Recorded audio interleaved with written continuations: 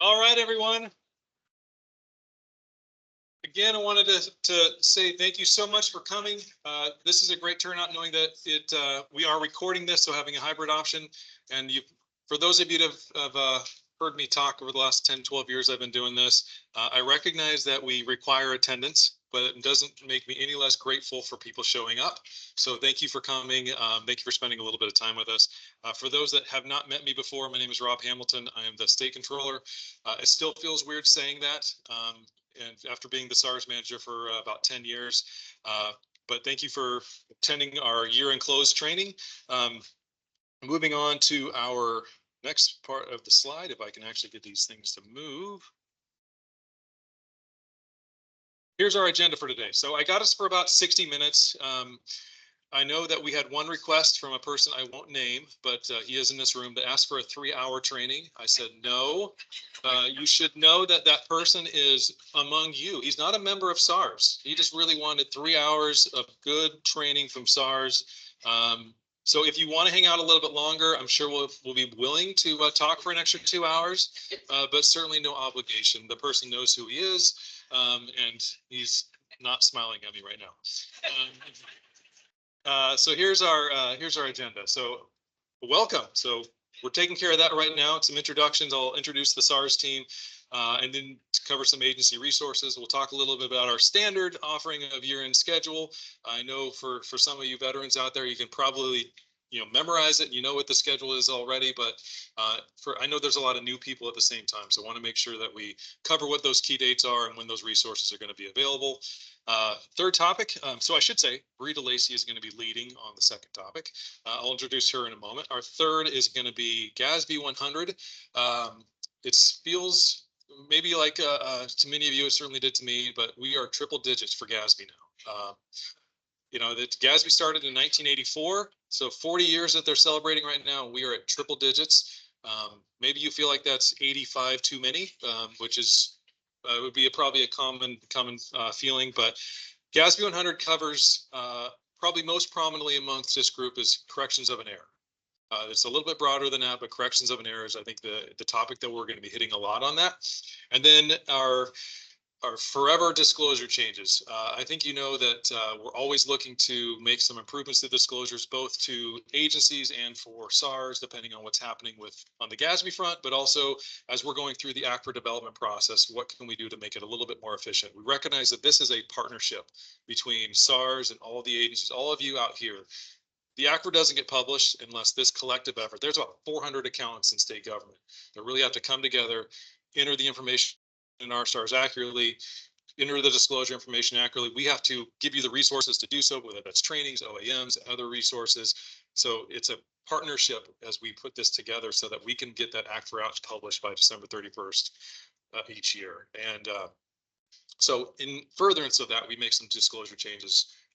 And I recognize sometimes more frequently than others, but we have some new ones this year. Some is in response to GASB 100, and others are in response to, we do a kind of a debrief every year, and we go, I wonder if we could do this a little bit better. So some of those are in response to that. So introductions.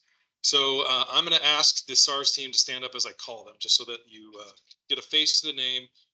One of the things that we do love, some maybe we're all introverts. I think at least on the SARS team, many of you maybe as well. But it's a great thing when we actually get a face to the name. One of the things I love about standing out front is seeing you and getting a chance to say hello and just having that a little bit more of a connection versus it's just a face on the other side of an email or a Teams call or a name on an email. So we'd love it if you want to come up and meet your SARS analyst. And I'm sure that they would love to meet you. So if you got a little bit of time afterwards, and just to have a quick introduction. So without further ado, so Brady Stutzman is our senior financial reporting and policy analyst. Valia Rizzo, our senior accounting analyst. Alyssa Engelson, also a senior accounting analyst. Kathy Watson, senior accounting analyst. Heather Klein, senior accounting analyst. So we have Brita Lacey, who's an accounting analyst for us. Olga Fokina, she's one of our new additions. She joined us a couple of weeks ago. She's an accounting analyst. And then I'm going to come back. So Karen Williams is our statewide financial compliance analyst. so she does all the federal things. And so I stumbled over my words a little bit because we have a new addition starting as an accounting analyst on July 1st. Her name is Smriti Vista. She's new to state government, but I'll make the introductions on the ACFR context list a little bit later. But so we have a full team, really excited about that, just being able to work with agencies as we're getting into year end. All right. So we have a new organization, and I wanted to cover that a little bit. I sent the email around that covers the introduction and saying, hey, we're doing this thing again called an Office of the State Controller. For those of you that have been in state government for a little bit, we had one prior to 2011. John Radford had been our longtime state controller, and there was a movement at GASB to call entrepreneurial management, where we split the policy and the service side. And so some of you may remember we had CHRO and EHRS for HR. We had Enterprise Information Services, Enterprise Technology Services. One of those things, we had the Chief Financial Office, and we had Enterprise Goods and Services. So as part of that, the SFMS group, statewide payroll, and CPERS and the related things, they moved into Enterprise Goods and Services. SARS moved over to Chief Financial Office. And over the last 10, 11 years, all those groups that had been split had eventually come back. And accounting was the last thing that hadn't. And when we were looking across our peers and states across the country, we were really the outlier, where there was two different divisions between statewide accounting functions. So last year just seemed to be the time to say, is this something we want to continue to do? And we got support for bringing us back into a cohesive and integrated statewide accounting function. So this is our org chart. You might see that it's really kind of combining the two groups. So I'm going to kind of start with the left. So our Deputy State Controller, that's Fabiola Flores. She was in the role that was previously held by Trudy Vidal. She had retired last August. And so she will oversee statewide financial management services. I'm happy to announce today that we have a new SFMS manager, Justin Brown, who had been with Department of Corrections and had been with Sheriff Financial Services at DAS. So we're really excited about him coming over as the SFMS manager. The data mart, so that's Aaron Wallace. The system controller, so Ru Chen. System maintenance, that's Joe Adelman, Rovi Villa. Special projects, Michael Lacey.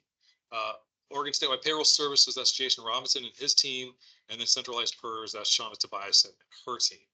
So that's going to be, Fabiola Flores will oversee that group, kind of similar to what FBS was, Financial Business Systems, before. Really excited about the integration, the cohesion that's happening there. One thing I wanted to make note is Workday Payroll, the system, is not part of our group. This is from a DAS organizational standpoint. Workday is staying in one division, so we'll continue to be customers of Workday. So I just wanted to, that's a little bit of a difference from where it was before, but wanted to make that point. And then that middle line, so SARS, Statewide Accounting Reporting Services, will be focused just on ACFR things going forward. So previously, when I had that role, I oversaw statewide AR management, I oversaw system security, oversaw travel, internal control, all those types of things. And I just found myself being really stretched pretty darn thin. And one of the things that we see that is the OAM. I recognize that we have some work that we need to do to get that updated for y'all. So by consolidating just the ACFR work into the SARS manager, we think I'm going to be able to much more keep up on those types of things. So we're excited about what's possible there. And then I will oversee, and I can continue to oversee those other functions. Statewide AR management, Gerald Floyd, system security, Thomas Stevens, federal reporting, which is Karen, and then travel, which is also Karen. So again, just really excited about what's the potential is with this new office. Just really seeing this as an integrated statewide accounting focus, resulting in better assistance to everyone here in this room. The also thing I'm excited about is just being able to SFMS and SARS, and using those things specifically, we interact with you on a regular basis. And so having this cohesive and integrated interaction between our two groups in a more profound way, I think is going to result in better responses to you, better information back to you. We're going to be much more closely aligned. We're going to be able to be aware of what's happening between our two groups much more. I think especially since the pandemic, we were no longer even in the same building. And so those silos had developed. And so being able to break down some of those silos, I think will be a real advantage of that. The other thing I wanted to mention is we've started a new effort around this Controller's Office Quick Fit series.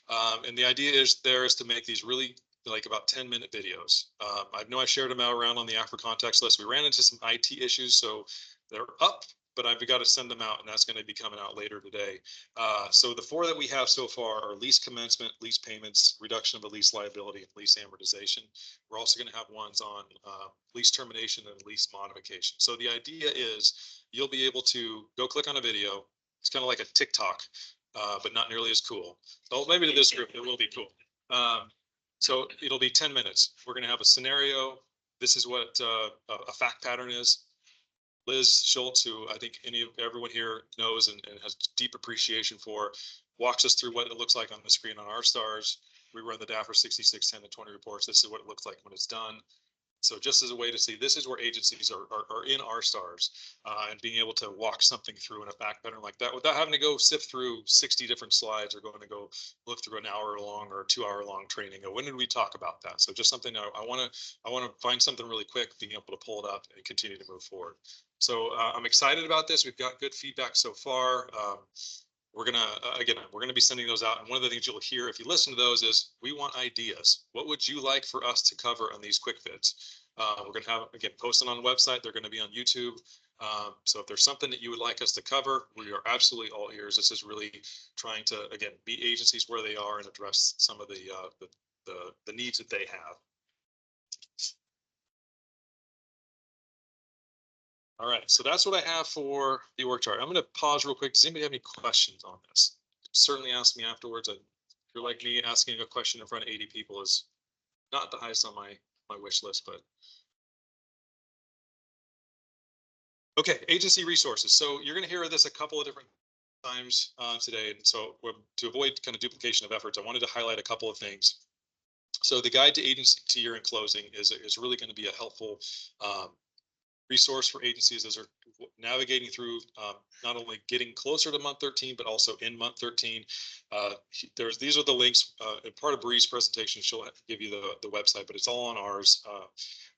But mostly just wanted people to know that these are there, talking through the schedule, talking through what are the T codes that are applicable in month 13, what are there's a checklist that's in there. So just a really helpful resource. There's quite a few pages on there, but just wanted to highlight that for anybody that hasn't used it in a while or hasn't used it before, or you're new to this, new to the role that you're in.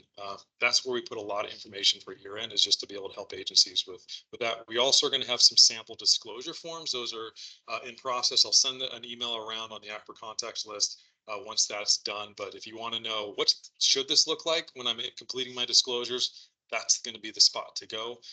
As always, you can always reach out to your SARS analyst as well. Also wanted to highlight the gold star criteria. This is an area for those of you that don't know, this is actually a key performance measure for DAS is the gold star percentage. So this is something that we know you take seriously and we take seriously. So we're trying to be as transparent as possible in terms of what the criteria are in terms of the gold star. One of the things that I wanted to highlight, because I get this is a little bit small, and I should have mentioned up front, we're going to send the slides out afterwards. I do that intentionally, or I always send the slides out afterwards. I'd read a research study one time that said it helps to help the attendees to get them afterwards as opposed to in front. So sorry if you feel differently, but that's just what research said, and so what I did. But the thing I wanted to highlight on this for the gold star criteria is if you have a need for a post-close adjustment, and a post-close adjustment means that we have to give something back to you to reconcile to equity in our stars. So if there's an impact to an operating statement and a balance sheet account, that's a post-close, and we have to give something back to you for equity to reconcile. That requires a pre-approval to otherwise it's subject to losing the gold star. So I just want to make sure that if folks all knew that if there's something that is beyond your control, or if there's something that comes up that is completely unexpected, we do look for it to be something that is outside agency control. We're trying to get everything into our stars by the close of month 13 as much as possible. But if something comes up, we do have an avenue by which you can request a pre-approval for a post-close. It's not a rubber stamp. So we'll ask what's the reason is, why do you need a post-close? But that is an avenue that is out there. So if you're If you're worried at all about it, just talk to your SARS analyst, and then we'll give you some feedback. We don't have a due date by which we expect the request, but please don't send it in on Friday of hard close. It will probably not be approved. Again, we want everything to get into our stars as much as possible. For maybe a little bit of context, we make on average about 700 entries a year in the GL system to go from what's in our stars to what ultimately comes out in the ACFR. So again, kind of linking back to that partnership idea, we want as much stuff to get into our stars so that we can grab it and then efficiently put together the ACFR. Any questions on these two things? Okay. So we had designs on doing a long-term debt training this year. And as we were putting that together, we had been working with capital finance and planning, and they have actually an excellent resource that they have put together already. It's been updated recently. So we're going to put it on our website. I've already talked to the capital finance and planning manager. So, to avoid a duplication of effort, we decided not to update our training this year. It's the things that are highlighted here is on the capital finance and planning website. There's how you get it from their forms up until I get it on our website. Those three things are extremely helpful. I recognize we have OEMs that kind of walk through the policy. These are much more in depth. They give a little bit of background on long-term debt, and they also walk through the entries that have, and Liz Schultz, again, from SFMS, was heavily involved in the development of those. So I think for right now, I'm just going to want to point you to those. They're going to be really, really good for if you got questions on long-term debt. So a couple more slides for me. So on agency resources, again, your SARS and your SFMS analysts are going to be, this is part of the reason that we're here. So if you have questions, please don't ever feel like I shouldn't ask this question. Maybe it's a dumb one. I should know this. We'd rather have the question, have the dialogue, point you to the resources that we do have that are out there. But it's really important to us that we can assist agencies and get that partnership so that we can end on month 13 well. And so wanted to highlight that. Also, pre-close reviews. I suspect many, if not all of you, have received an email from your SARS analyst recently, because we started our first pre-close review. We do it 3 times a year, close a month 10, month 11, and month 12. One of the things I wanted to say here with this is we look to highlight certain things, and we hope to have these things be used as a checklist. I recognize that some of you could almost maybe don't need a ton of assistance from your SARS analyst. You've been doing it a long time. You know exactly what's going on. You know what the entries that need to be made, or maybe you're saying, I make entries in month 13. I recognize that my depreciation hasn't been adjusted. I don't need to be notified on some of that stuff. Whereas others, we're looking to say, hey, we just want on your radar. So we do try to tailor our responses to the agencies, but just know as we've had analyst changes and we've had reassignment changes, that's the ask that I have for analysts is to just communicate. When in doubt, communicate, use it as a checklist. And then as we, again, looking to see that get whittled down to no items as we get closer to to month 13. You heard me talk a little bit around the listservs, the ACFR Contacts News, SFMS News, and then the DataMart News. If you are not on those three, please sign up. I know we just went through a large effort with the decommissioning of the old state.org.us. So if you didn't get an email on Monday that said, hey, you got this, you're still subscribed, no need to worry about it. Please do resubscribe. If you are an ACFR contact, the expectation is that you are on the ACFR contacts news list. That is our primary avenue for which we communicate out to agencies. The other two are just extremely helpful ways for us to get information out to the enterprise on an efficient basis. So please make sure you're subscribed to these. The other thing I wanted to mention, and you're going to hear a little bit of a theme today, is the level at which we report in the ACFR. I'm not sure if everyone knows, but we use the balance sheet class and the GAAP object. So the D14 and the D08. Those are essentially the consolidated G31 or D31s with the GL accounts, and the D10s with the comp objects. So if you're ever wondering like where your information is on the ACFR, just know that that's the level which we generally report. Governmental funds is a little bit different, but just felt like this would be a helpful piece of context for what I'm about to say. And that is GASB 100, you're going to hear it again a couple of different times, is it focuses on a correction of an error. That's the new term of art, which has previously been known as a prior period adjustment. Um, so when a correction of an error is made, effectively what is being communicated is the information in the previous year's ACFR or ACFRs, depending on the scenario, had material errors. And so I want to read for you the definition from the Auditing Standards Board, what a material error is. Because it's recently been updated. It says a misstatement, including omissions, are considered to be material if there is a substantial likelihood that individually or in the aggregate, they would influence the judgment made by a reasonable user based on the financial statements. So the financial statements are for the enterprise as a whole. We have roughly $30 billion of assets. So a prior period adjustment means someone else looking at our last year's ACFR would go, I have a different opinion on the results of the financial statements, knowing that this entry was not made. Had it been made, I would have had a different opinion. That's a really high bar. Said in another way, for those of you that don't know, I chair a group called the Governmental Accounting Standards Advisory Council, and we meet 3 times with the GASB. And a former board member, a guy named Jim Brown, he was an audit representative. And I had shared our perspective because I know we often will make prior period adjustments because maybe we don't want an audit adjustment. Maybe it's like, hey, this really was attributed to the prior year. I'm going to put it back into the prior year. That's the better way to kind of capture the activity. And he said, you're communicating to a reader of the financial statement that last year's were materially misstated. And that was kind of yeah, that's right. And that's a really high bar. And I think it also starts to undercut the value of our ACFRs if we're saying last year's was wrong, or maybe the last couple of years were wrong, which is really not a spot that we want to be into our readers of the financial statements. So as you're evaluating whether an adjustment needs to be made for a prior period adjustment or a correction of an error, I just wanted to plant that seed in your mind. Is like, is this material, and not to your agency, but material to the state as a whole?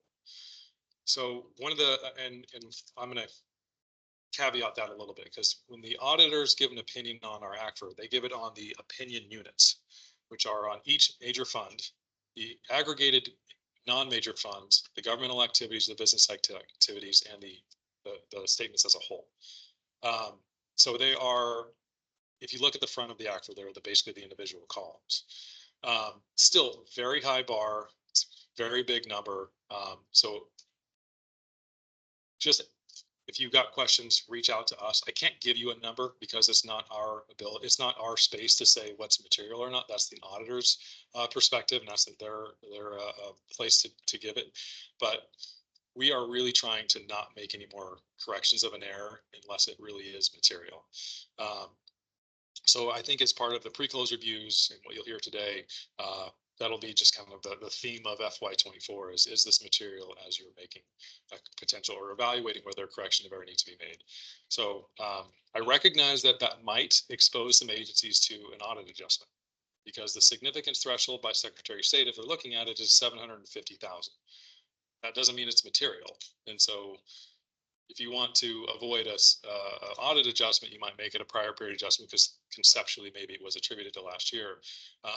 But then we come back and go, but it's not material. We don't want to make that. And so that's kind of I recognize that puts agencies in a little bit of a bind. But let's have those conversations. And just I wanted to add that piece. One thing you'll see also is we have revised Disclosure 23. Brady's going to walk through it. It's pretty painful to go through now, just because of the level of information that we're going to need. I didn't include it in the slides, but for a little bit of context, there are 4 statistical schedules that are right behind the last of the fund statements in the ACFR, and they are a 10-year picture of our government-wide statements and our governmental fund statements. So every correction of an error, we have to go back under GASB 100 and fix those statistical schedules, which in some cases means it's like we have to go and redo the government-wide statements. So again, this puts it at an extremely high bar for us to go, do we really need to do this? So there might be some times where we're going to have some conversations with agencies going, I'm going to undo your prior period adjustment. I'm going to put it back into the current year.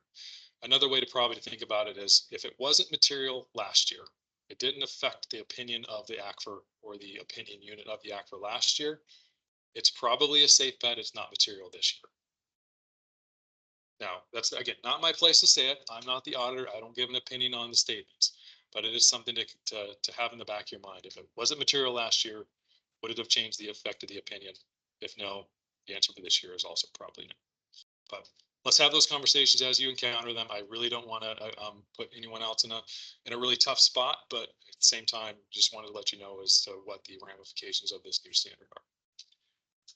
With that cheery note, as I'm hitting the microphone, sorry for the recording, I'm going to turn it over to Bree, and she's going to talk through the year-end schedule. All right, thanks, everyone.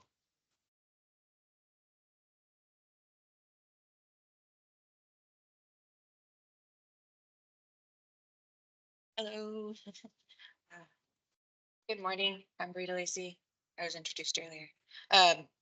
Sorry, I'm going to get used to speaking a little bit louder and saying words to people so that the microphone can hear me. Good morning. So I'm going to go over the year-end schedule and a couple different items, where to actually find some of the agency resources that Rob went over in the previous slides, and try not to hit the recording microphone at it while I'm at it. So here we go. The four important things that we're going to go over is important and gold star deadlines. This closely follows the gold star checklist that Rob showed you earlier, but a little bit bigger view so you can read it. R stars processing dates, useful OB reports and their locations, and some helpful website resources where I will also include the links so that you can have them if you don't already after we put this out for you. So important gold star deadlines. Today is one. Congratulations, you're doing it. So this is the year-end training, and then closely following behind that, July 1st is the deadline for those who are not present, for their agencies to watch this training and notify their SARS analyst and know that they have also done the gold star deadline. After that, we have the close of month 12, which is July 19th. That's when year end begins, the adventure and the crunch time for everybody for sure. After that, we have July 24th, and I will note that the stars indicate gold star deadlines, just in case you didn't follow that. I just wanted to make sure that's very obvious. So July 24th, which is not a gold star deadline, but it is a deadline for agencies and universities, including OHSU, to complete their initial confirmation of balances between outstanding between them as of fiscal year end.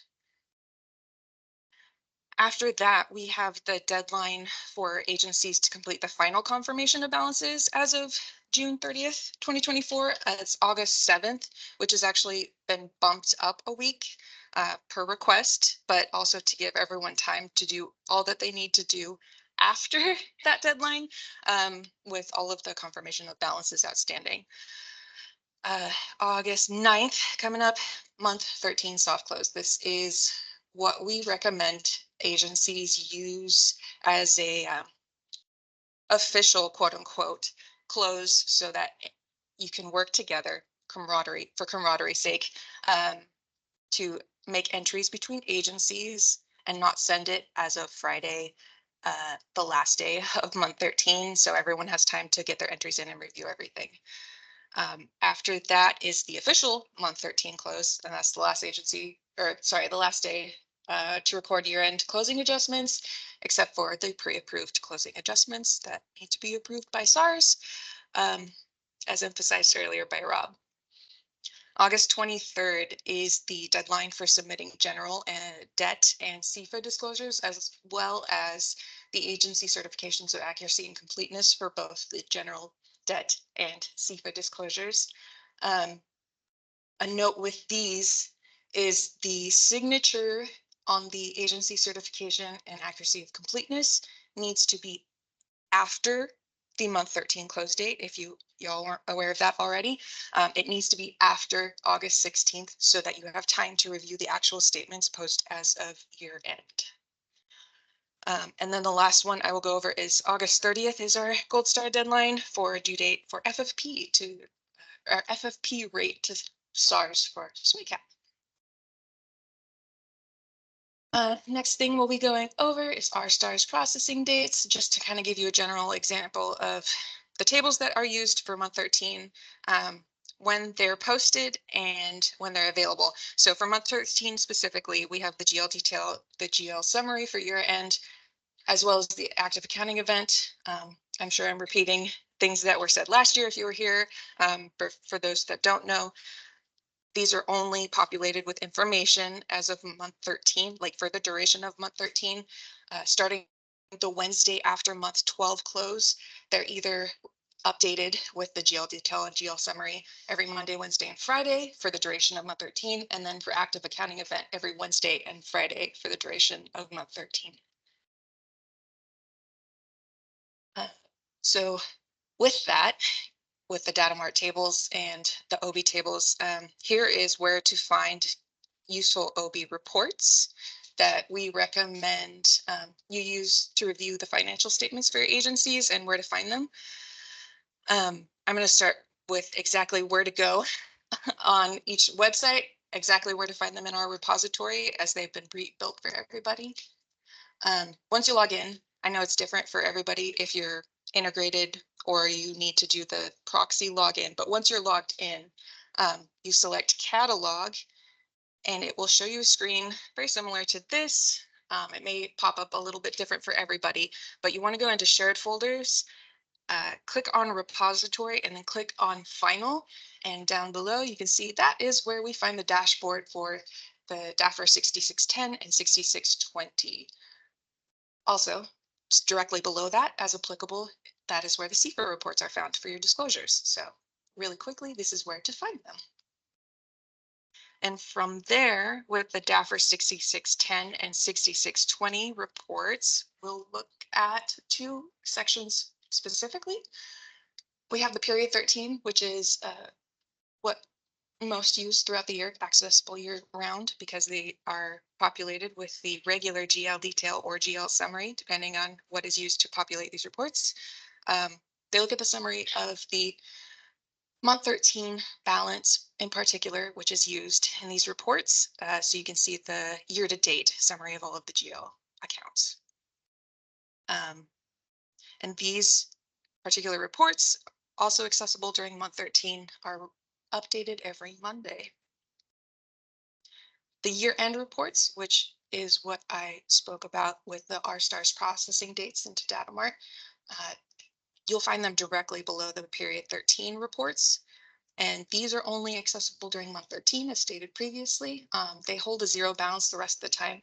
One thing I wanted to emphasize, and I'll go back a slide, is that on these reports in particular, you'll see that they have the agency number, current fiscal year and prior fiscal year. Great for comparing year to year if you need to look at what happened last year and compare that to current year. However, the year-end table, because it's only populated during month 13, only holds the current year's data. So you only have the option of selecting your current year, and there is no prior year comparison. From there, we look at some helpful website resources. Since the prior year-end training, we had a website redesign. So this is our new website. And I'll focus on a couple places in particular to show exactly where to find some of the items that Rob listed listed in his section earlier for agency resources. So the one in particular is the accounting and reporting section. This is where you'll find the most recently posted annual comprehensive financial report, the ACFR, our list of ACFR contacts, if you didn't know exactly where to find that previously, our statewide balancing reports, and agency guide to year-end close. So there's just a direct link to those items that Rob showed on his slides. The disclosures and examples of those disclosures are there, and as well as the list of gold star criteria or certificate criteria, sorry. That is the very small page that Rob had posted on his slide, but this is exactly how to get to it. It'll pop right up as a PDF. You can print it out, use it as needed. The other resources I wanted to mention were the Oregon Accounting Manual, or I might refer to it as the OAM, other publications that may be applicable for any kind of year-end close or assistance in all of that, system security page, training and resources, where you will find this training in particular, as well as any other trainings we've had in previous years that have been posted to our website, and any slides or examples. I believe, is this where we're having the quick vids posted? Yeah, so you'll find the quick vids and the training and resources as well. And the Stay Connected is where you'll be able to sign up for the listserv for ACFR in particular, or sorry, yeah, the ACFR contact list in particular is where you will be able to get signed up for the listserv if you aren't yet.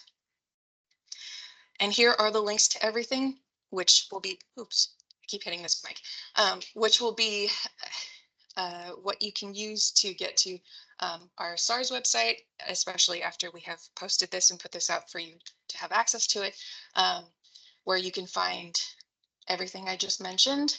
The SFMS website, so you have our SARS data entry guides, report guides, instructions on how to request reports, especially during month 13 as needed, as well as the SFMA calendar and data mart calendar. The data mart website here will direct you to OB in particular, or any need to redo your password if needed, or data mart instructions on building some simple queries if you need help with that, as well as tips and tricks for OB. And then again, the direct link to OB. And from there, I have gone over everything very quickly, I realize. But the next section is the GASB 100, and that is for Heather. Was there any questions before I go? Cool beans. All right, lovely Heather Klein for you.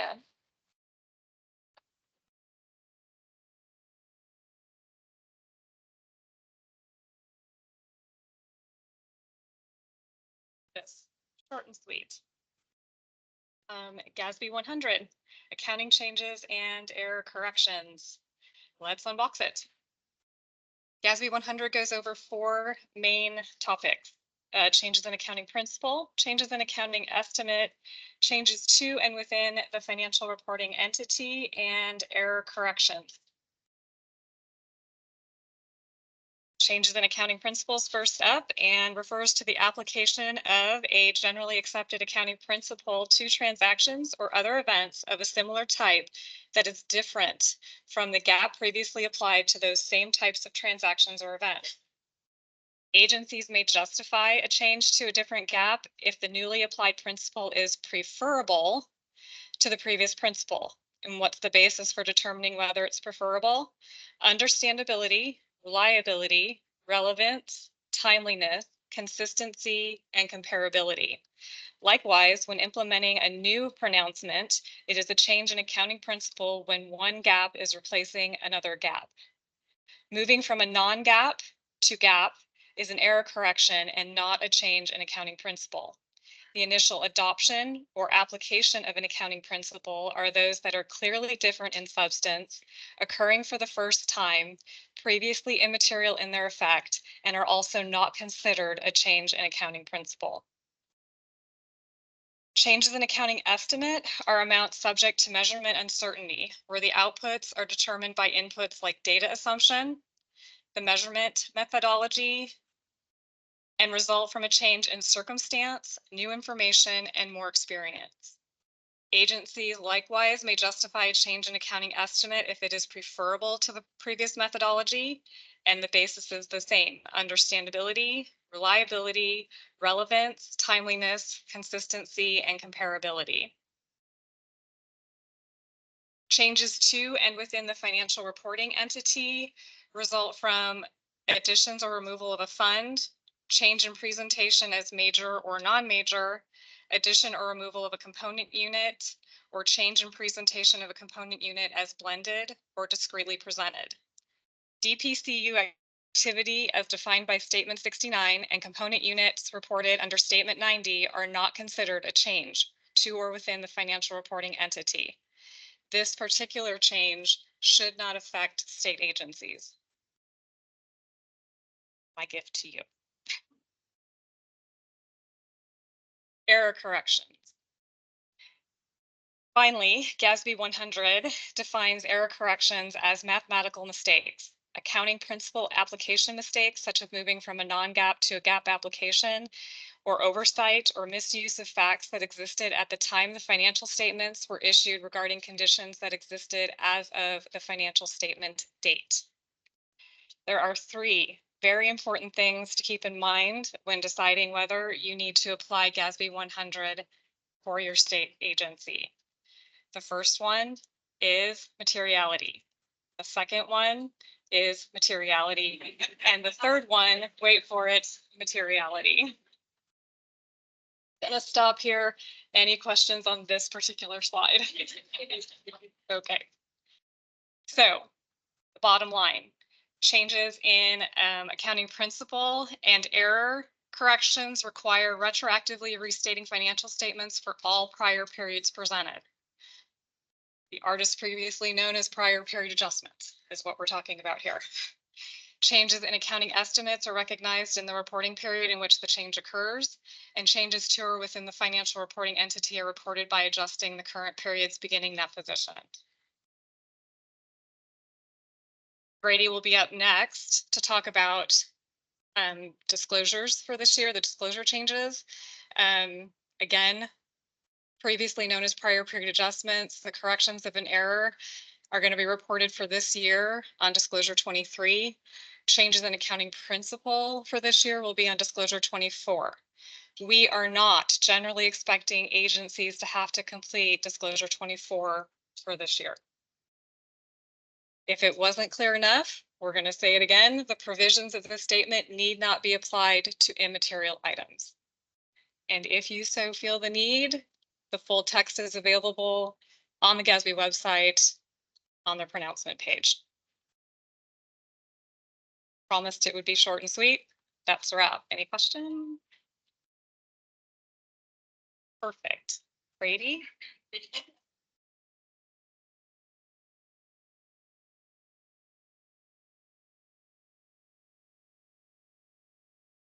Okay, my turn now. So first of all, we're going to talk about disclosures as Heather introduced. I'm sure she's thankful she doesn't have to go over disclosure 23 because it's a fun one. But so first little agenda here we have, oh, okay, we started a little late, so maybe about 20 minutes. But first, we're going to start with some very small updates to disclosures that we've had in the past. I'm going to gloss over those ones pretty quick and not really show too much of an example on those. But first, we're going to talk about debt disclosure 7 and changes there. And then also changes on general disclosure 1B and general disclosure G. Then the one that's probably going to take the most time is going to be general disclosure 23, which is GASB 100. And then talk a little bit about a new disclosure 37 for capital assets. And then we made a couple changes to previous disclosures on disclosure 10, which is page F, and then also 34 and 36 for SPIDAs and P3s. Then finally, we'll finish with probably a quick wrap up of some changes in the CFA disclosures. So first, debt disclosure 7, GASB 91 was actually implemented in fiscal year 23, and it only affected 3 agencies, and so it was actually implemented through discussion over email. So if you didn't hear from me, likely this doesn't apply to you, so you can kind of tune out for about 5 seconds. But if you had it last year, you'll likely have it again this year. And but this disclosure was updated just with a different name change from no commitment debt to conduit debt, and then also some additional questions for disclosures related to limited commitments, voluntary commitments, and additional commitments. General disclosure 1B, cash with fiscal agents. We added a new GL to this one, GL 0080, which is cash with fiscal agents restricted. Whereas before it only had GL 0081, which was the unrestricted. We recognize that agencies had this balance in the past potentially, but this balance is managed by DAS Capital Finance. And so we didn't need to ask for it on the disclosure since we got that information from DAS Capital Finance. And so going forward, they'll continue to do so. But we noted previously that some agencies had a balance in 0080, but it wasn't managed by DAS Capital Finance. And so if that's you, then this update was for you. And so you would need to include it in there. So similar to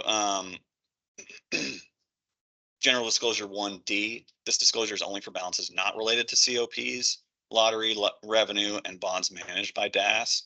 So to summarize that, is basically you don't need to include GL 0080 on this disclosure if it's managed by DAS. If it's not, then you will need to include it.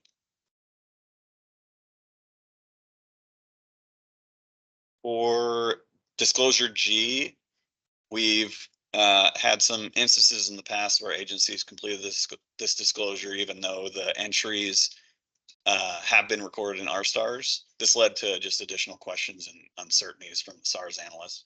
And so in order to clarify this, we just added a checkbox to the bottom that indicates whether these entries have been made or not. Hopefully that will clear things up. Okay, so those are the quick ones. This one, as Heather discussed, GASB 100 added some requirements for corrections of an error, specifically affecting the statistical section, which Rob mentioned earlier too. This disclosure encompasses all of that. Disclosure 24 remains unchanged for changes in accounting principle. The name was changed from prior period adjustment, as Heather said, to corrections of an error. First of all, I recognize there's a lot going on this disclosure, and it's pretty small even for you guys in here. So just remember that this is online, or this will be online too, so you can look at it. And we'll go over a couple examples with some of this too.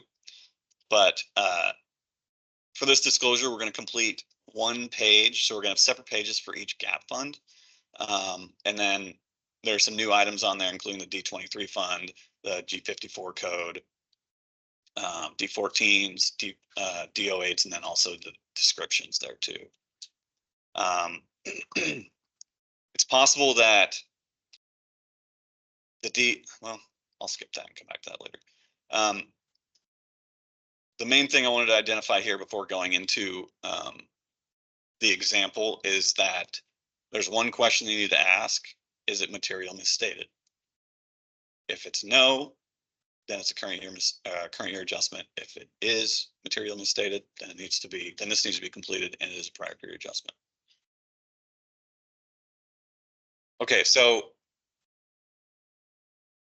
what we did here was we created an example that potentially could be helpful in order to go through this, because there's many elements to this and it gets kind of confusing pretty quick. But so for this example, we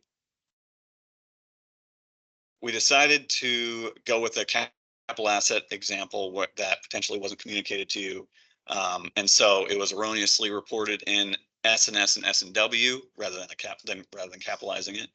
And the total is $85 million, and 65 million of it was in fiscal year 23, whereas 20 million of it was in fiscal year 22. So starting at the top, we can see the gap fund is 8,500. The fiscal year that it affects is 2023. And then the total per the DAFR 6620 for the gap fund above, which is 8,500, is 85 million. And then the balance in GL 3060 in the fiscal year above, which is 2023, is the 65 million. So as you can see, there's a difference of 20 million there. If you can't see it, I hope you can. If there's a difference, we created a box over on the right that explains the difference. And so for this case, we simply wrote a sentence in there saying this difference is from fiscal year 22, because that's the other portion of the adjustment that needs to be made. So see the additional page for fiscal year 22, and we'll see that in a minute. So then going down to all the columns below, we have I'm going to start over on the right because it might be easier just to illustrate the example. But so for the top two rows, those incorporate the adjustments from S&W and S&S. I'll get to the third one in a minute. But so then going back over to the left side, the D23 fund affected was 0005. There was no effect to, or there's no G54 code for this. The previously reported balance sheet class is NA as well because it was never recorded, right? And then the new corrected balance sheet class is 085 because that's BP&E or buildings, property and equipment. And then, so those are the D14 codes themselves. And then moving over, we have the dollar amount, which would affect those. And so then the previously reported dollar amount in balance sheet class is 0 because it wasn't reported. And then the amount that should be affecting those in the new D14 is 40 million for salaries and wages and 25 million for S&S. So moving on to the next few columns, we would then report the previously reported gap object or DO8. It was not recorded, so that means it's NA as well. And then the corrected gap object for those would be 3050 and 4050 respectively for S&S or S&W and S&S. The dollar amount previously was 0 because it wasn't recorded. And then the corrected dollar amount in gap object in that gap object would be the negative amount there because we're moving them out. And then a calculated difference for those two columns. So let me see, I think I covered most there. The other thing I want to mention there is you can see that the total on the bottom right is 65 million, which agrees up above to the GL 3060 balance in the fiscal year above. Now for the third row, the description we have in there is that's the costs that have been or that should have been capitalized in the previous year. They weren't. And so we need to add that on there as well. So for the most part, it's the same, but the only differences then are going to be obviously the 20 million for the D14 code, because that's the amount up above that shows the difference, and that wasn't recorded at all last year. But then those aren't corrected in this year. So moving on to the next page of this. So as you can see, it's very similar to the previous page. The only differences then are the 20 million is now the GL balance in 3060. And the difference is the 65 million, which agrees to the previous slide, right? So then also you can see the change in the explanation of the difference in the box above. The difference, we just change it to fiscal year 23 and see the additional page. That way they work kind of hand in hand. That way you can see they will relate to each other and make it kind of easier for us to follow.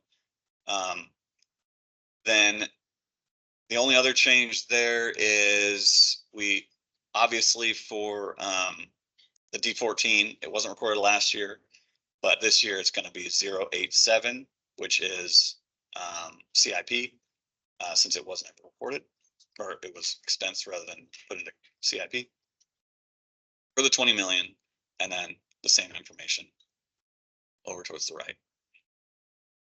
So there's a lot in there. I understand I went through it pretty quick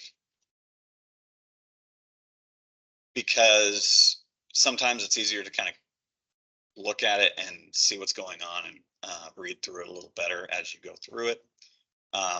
But so we went through those corrections, but we're done, right? Unfortunately not. We have to consider depreciation because it's a capital asset, right? So we did that here. The useful life was 20 years. The amount was 85 million. The annual depreciation was the 85 million divided by 20 for straight line, which gave us 4.25 million.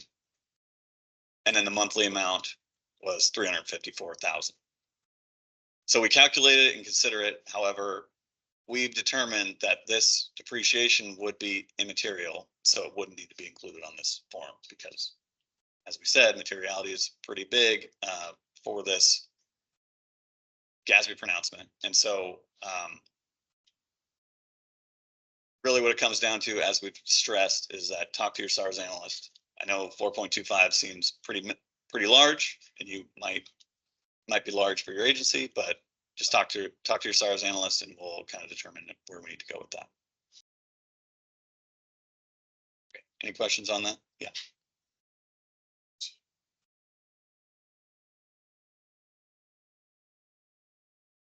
Yeah, so the question was for the recording was, would you report 2 years in the current year? And yes, it would be, it kind of depends obviously on when it was implemented, but I put the monthly amount on there because it might only been a month or 2 months or something like that, but yeah, it would all be in the current year.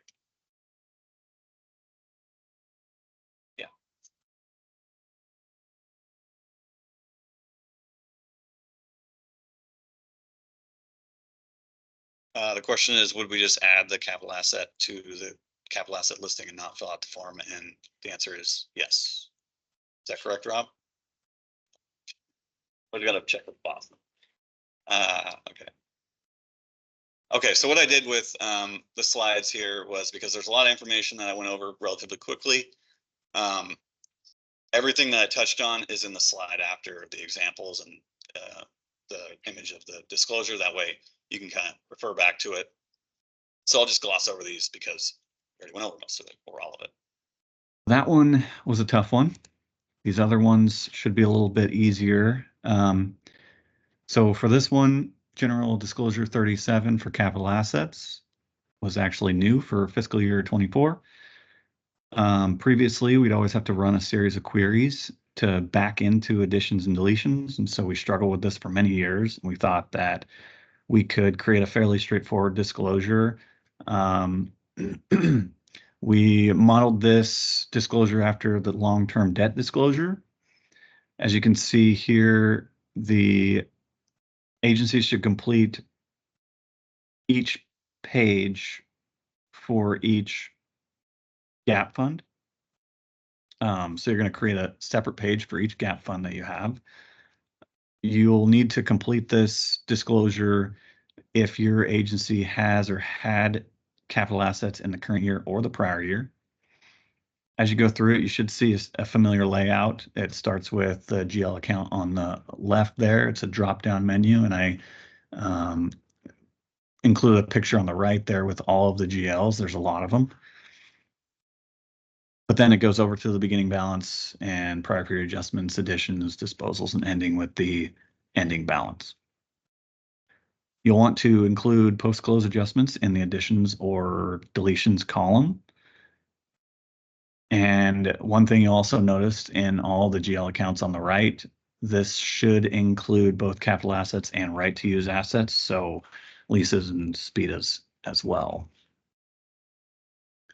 This first slide here only shows the top of the disclosure form. It's kind of a long one because we wanted to try and make it so each gap fund would fit on one full page rather than it spilling over to a second page. But if it does, that's fine too. But the top portion only has the historical cost. And then so the next slide here will show the accumulated amortization and depreciation associated with those capital assets. You'll see the list of GL accounts on the right again. And one thing I wanted to note here also is that the current year depreciation expense total there at the bottom, this balance should agree to the gap fund's depreciation expense. And then the last thing I want to mention on this is that for any adjustments, be sure to include a description of those in the box at the bottom of the at the bottom of the page. So any post-close adjustments or anything else like that, you'll want to describe what's going on. That way we can kind of follow the train of thought there. Okay, and here I believe we touched on all of these items, so there shouldn't be anything else on disclosure 37.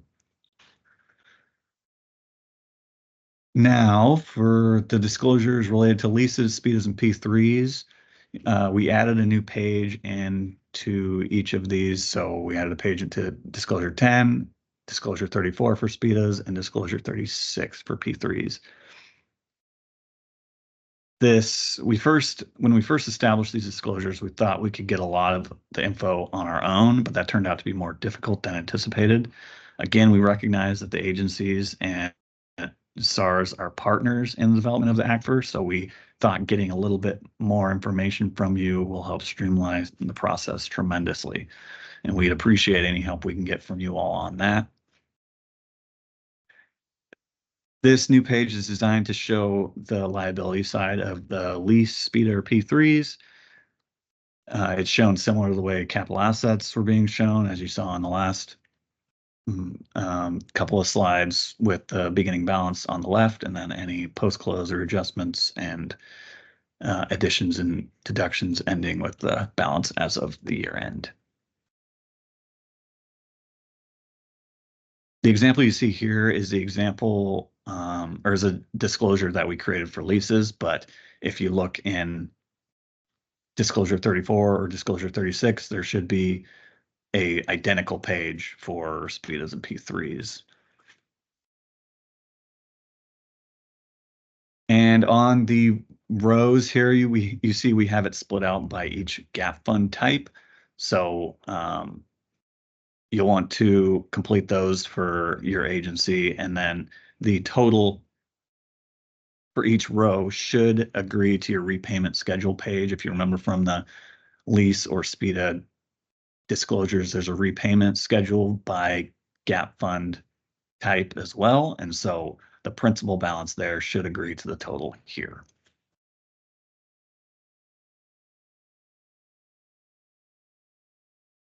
And I believe we touched on all of that, so we'll pass over that slide. And finally, we'll talk a little bit about the CFA disclosures. We had a few changes here, and the way I have it laid out is that on the left you have the prior year's disclosure, and then on the right is the current year disclosure. As you can see, we added a few more questions in there for a little bit more information that we've needed. Nothing, I'm not going to go over it too in depth because it's kind of easier as you're going through it yourself. But then moving on to the second page here, this tab 1 changed slightly, but not tremendously. We just clarified a little bit of the description up above, so not much to talk about there. But then tab 2 is where it changed the most. And so as you can see on the left is last year's, and then in the middle is page 1 and page 2. As you can see, we split last year's form into 2 pages. So tab 2A, which is the middle image here, is this shows and deals with the expenditures and the related checklist items. Tab 2B is the one on the right, and that shows revenue transfers and the related checklist items there.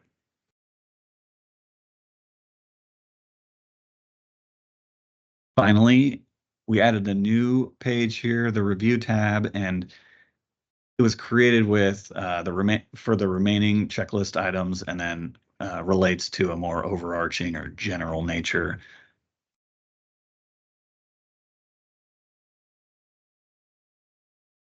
And that should cover all of that. Any questions? Definitely don't hesitate to let us know if you have any. Here's my contact information, but feel free to contact your SARS analyst if you have any specific questions, and we can help you through that. Thank you for listening. We appreciate the efforts that you all put in attending these year-end trainings. So definitely don't feel like it goes unnoticed. We truly appreciate all the help you provide, especially with these disclosures. It helps us tremendously. And so have a great rest of your day and good luck with your end close.